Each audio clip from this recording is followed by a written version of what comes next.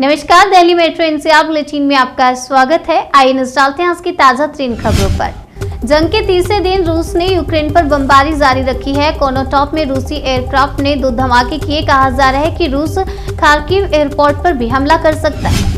रूसी हमले के बीच जेलेंस्की ने कीव छोड़ने के अमेरिकी प्रस्ताव को किया खारिज। कहा, हमें हथियार चाहिए, यात्रा नहीं। अमेरिकी खुफिया विभाग का दावा है कि रूस के दूसरे इल्यूशिन-1 I-76 सैन्य परिवहन विमान को बिलासेरकवा के निकट यूक्रेनी सेना ने मार गिराया है। यह स्थान राजधानी कीव से 85 किलोमीटर दक्षिण में स्थित है।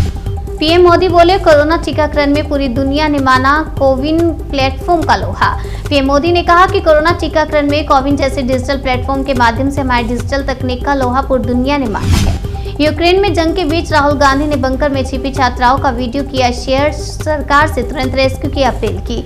यूक्रेन में भारी संख्या में भारतीय छात्र पढ़ाई के लिए रहते हैं, लेकिन खूनी जंग के बीच हालात धीरे धीरे बिगड़ते ही जा रहे हैं। हेल्थ केयर सिस्टम को रिफॉर्म करने के प्रयासों को विस्तार देगा बजट। स्वास्थ्य मंत्रालय के बजट वेबिनार में बोले पीएम मोदी। उन्होंने कहा, जब हम हेल्थ सेक्टर में समग्रता की बात करते हैं तो इसमें 2 फैक्टर्स का समावेश कर रहे हैं। पहला, आधुनिक चिकित्सा विज्ञान से जुड़े इंफ्रास्ट्रक्चर और ह्यूमन रिसोर्सेज का विस्तार। दूसरा, आयुष जैसी पारंपरिक भारतीय चिकित्सा पद्धति में अनुसंधान को प्रोत्साहित करना।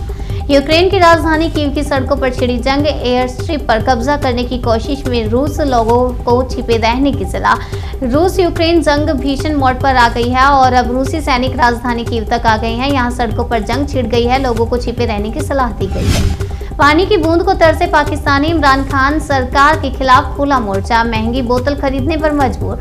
नेताओं ने कहा कि शहर के निवासियों को ऊंची कीमतों पर पानी की बोतल खरीदने के लिए मजबूर होना पड़ा है और जो लोग आवश्यक वस्तुओं को खरीदने का जोखिम नहीं उठा सकते हैं, उन्हें कुओं के अत्यधिक जहरीले पानी का सेवन करने के लिए मजबूर किया गया है। मुंबई में 2 मार्च से चलेंगे पूरी क्षमता से स्कूल। बीएमसी ने सर्कुलर जारी किया। सर्कुलर में लिखा गया है कि 2 मार्च से बृहन्मुंबई महानगर पालिका क्षेत्र के सभी संस्थान के सभी माध्यमों और विभागों से संबंधित नर्सरी से 12वीं तक के सभी स्कूल कोविड-19 काल से पहले की तरह फुल कैपेसिटी और फुल टाइम ऑफलाइन सिस्टम से शुरू किए जाएंगे। यूक्रेन में जंग के बीच भारत रूस के संबंधों को लेकर अमेरिका ने दिया बड़ा बयान। अमेरिका ने कहा, भारत के साथ हमारे अहम हित जुड़े हुए हैं और हम जानते हैं कि भारत के रूस के साथ संबंध उन संबंधों से अलग हैं जो हमारे रूस के बीच हैं। दिल्ली में मौसम नीली करवट। कश्मीर, हिमाचल में बारिश और बर्फबारी। मौसम विभाग की माने तो उत्तर भारत के भागों पर पश्चिमी विक्षोभ है, जिसके कारण आज पंजाब, राजस्थान और मध्य प्रदेश में भी हल्की बारिश हो सकती है। सीएम योगी के भगवा कपड़े पर डिंपल यादव के बयान पर अयोध्या के संतों की कड़ी प्रतिक्रिया। सत्येंद्र दास वेदांती ने कहा, डिंपल यादव सिंदूर नहीं धारण करती हैं और ना ही मंगलसूत्र पहनती हैं। ऐसे लोग भगवा पर कटाक्ष कर रहे हैं, जिसको भारतीय संस्कृति का ज्ञान है।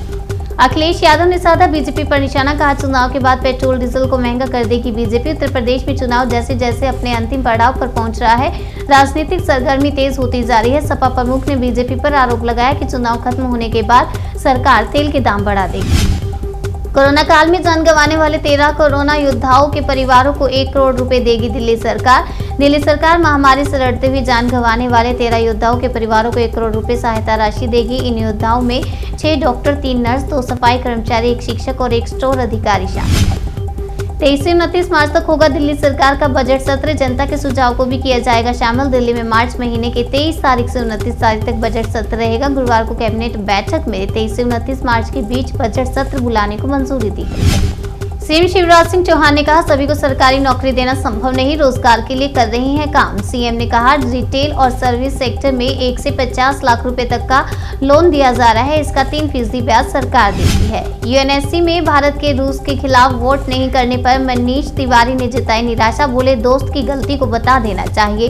भारत के इस फैसले पर कांग्रेस सांसद मनीष तिवारी ने निराशा जताते हुए कहा कि जब दोस्त गलती करे तो उसे बता देना चाहिए। उन्होंने आगे कहा कि एक समय आता है जब देशों को खड़े होने की जरूरत होती है, ना कि एक तरफ खड़े होने की। नहीं रुक रहा रूस और अब कीव एयरपोर्ट के पास किया बड़ा धमाका। कई इमारतों को पहुंचा नुकसान। जंग जारी। समाचार एजेंसी रॉयटर्स के अनुसार रूसी और यूक्रेनी सरकारों ने शुक्रवार को बातचीत के लिए खुलेपन का संकेत दिया।